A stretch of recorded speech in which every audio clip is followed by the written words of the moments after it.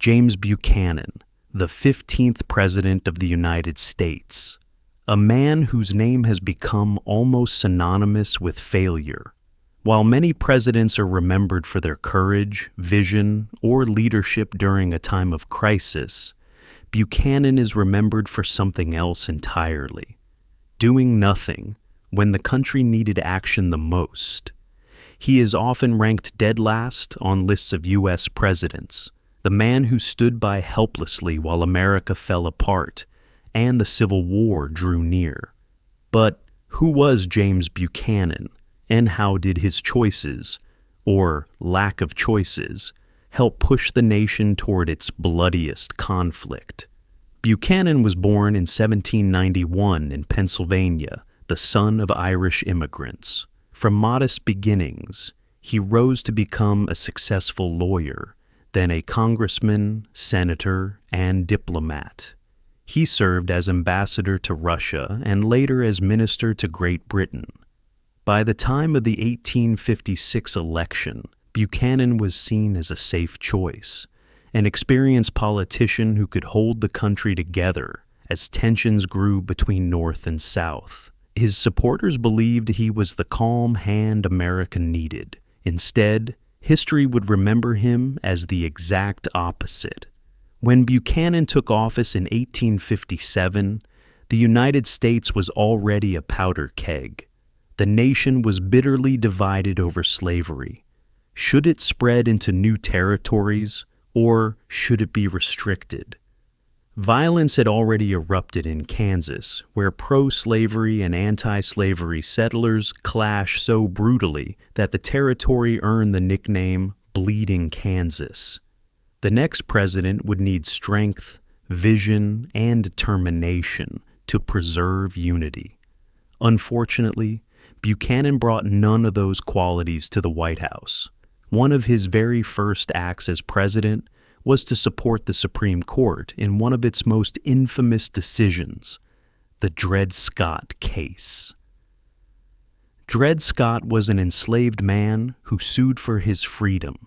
In 1857, the court ruled not only that Scott would remain a slave, but that African Americans could never be citizens of the United States. Even worse, it declared Congress had no authority to stop slavery from expanding into the territories. Instead of calming the national crisis, the decision set it on fire.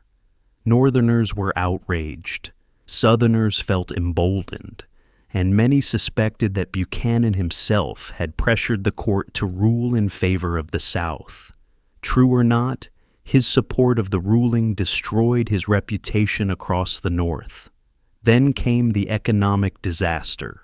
Just months into his presidency, the Panic of 1857 swept across the nation.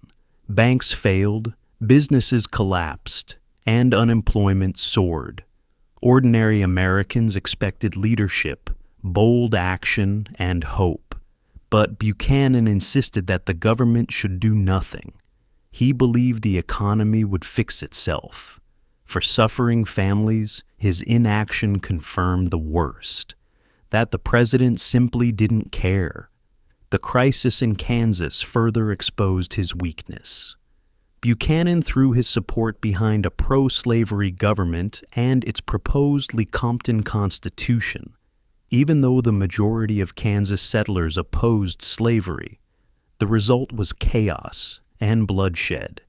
Kansas descended into near civil war, and Americans across the North began to view Buchanan not as a peacemaker, but as a puppet of Southern slaveholders. Corruption scandals further stained his presidency.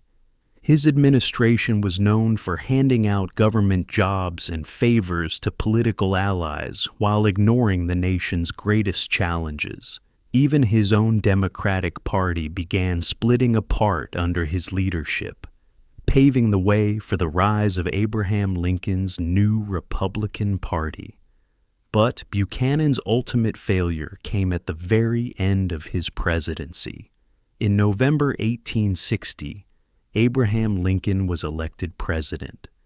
Just weeks later, before Lincoln could even take office, 7 southern states seceded from the Union. The country was literally breaking apart. How did Buchanan respond? He declared that secession was illegal, but then claimed the federal government had no power to stop it. In other words, it was wrong, but there was nothing he could do. It was the worst possible stance at the worst possible moment. While the nation collapsed, the president simply stood by. By the time Buchanan left office in March 1861, the Union was in tatters. Just 1 month later, Confederate forces fired on Fort Sumter, and the Civil War had begun. Buchanan's inaction had left Lincoln an impossible task: to hold together a nation already broken. History has not been kind to James Buchanan. He spent his retirement writing defenses of his presidency, insisting that he had done the best anyone could under the circumstances. But nearly every historian agrees. His weakness, indecision, and loyalty to Southern interests left the country leaderless at the most critical moment in its history. Today he is remembered as America's worst president,